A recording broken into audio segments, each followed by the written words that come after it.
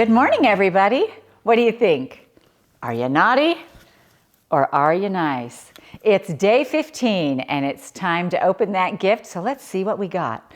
I might have to take these off to do that. Let's just see here.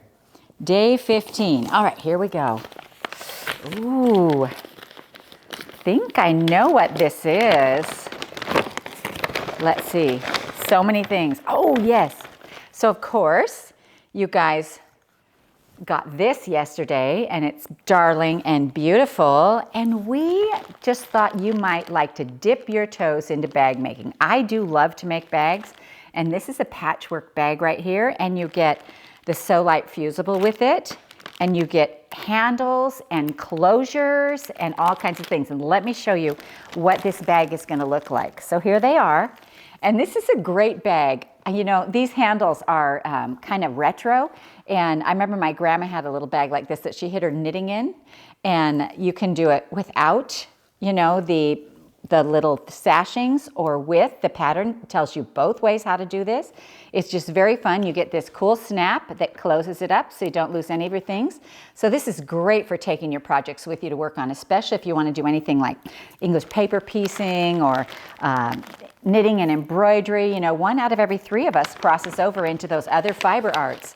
So I'm going to put these back in the bag because I have a really special elf who's going to show you just how to make this and put it all together. And I'm going to toss this off to her. So have fun. Hi everybody, it's Courtney, Jenny's elf with Missouri Star Quilt Company. And today I'm going to show you a few tips to make your patchwork bags with the product you got today plus your charm pack from yesterday. Today you got some handles and some magnetic snaps. You got some interfacing fusible fleece that you can put on the back of your bag. So I will show you how to make boxed corners and how to put your magnetic snaps in. So you have 2 options to make your bags. You can make one without the sashing, or you can make one with sashing. You'll have to provide your own sashing if you do that, and that's this little purple piece that's in between each. Just makes it just a little bit bigger, okay? So once you get your fronts done and quilted, they have you cut out your corners. You lay them right sides together, so I have them laid right sides together. You'll sew down each of the sides and across the bottom. Now we're going to make our boxed corner, and this is so slick. I love this method of doing this. So now you're going to pull that apart, just like that. And you can either have the one seam allowance facing that way and the other one facing the other, or you can open up the seam allowance there. It doesn't really matter, it's just up to you. And now you're going to sew across that corner. And I back stitch.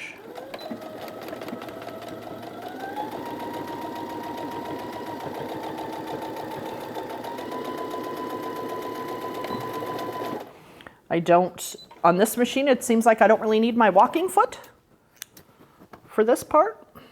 I'm going to flip this out and show you how pretty it is. Be prettier if it didn't have threads coming out of it.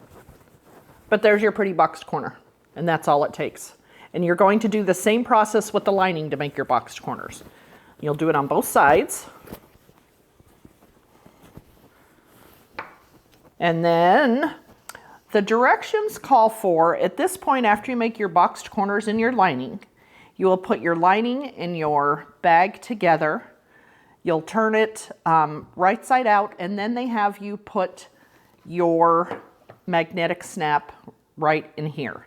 I found for me, I like the back of the magnetic snap hidden, so I'm going to put it on now before I put my lining in. Okay, it doesn't make any difference which way you go. The back side's going to be hidden anyway, and I'll show you when we get to the handle. So it really doesn't matter, but I just did it this way. So I made a little dot here. You go 2 inches over and 1 inch down. So I laid my ruler down, 1 inch down, 2 inches over, and I made a little dot with my marking pen, okay? Then I took my washer and I laid the circle right over my little dot. And now I'm gonna make lines in there. Okay. Now I'm gonna take my super sharp seam ripper and I'm gonna make that slice into a hole.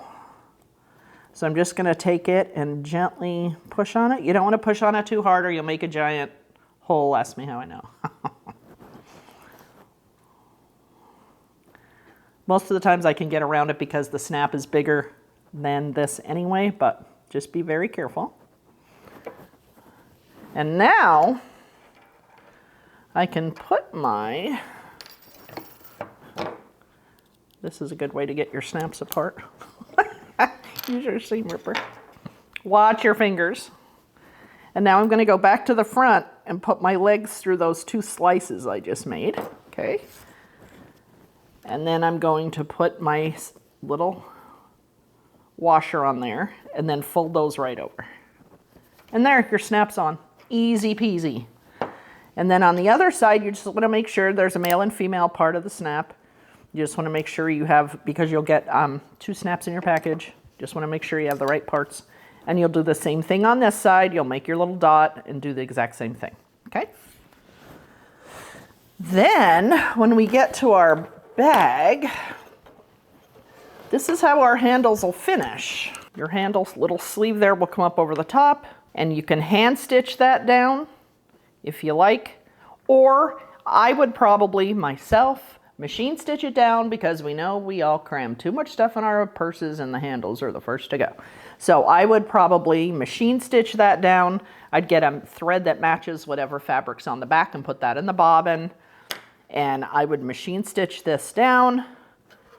And you snap it together and your little bag is ready to go. I love these little wooden handles. I think they're so great. I hope that you have a great time making these bags. Thanks for watching Missouri Star Quilt Company.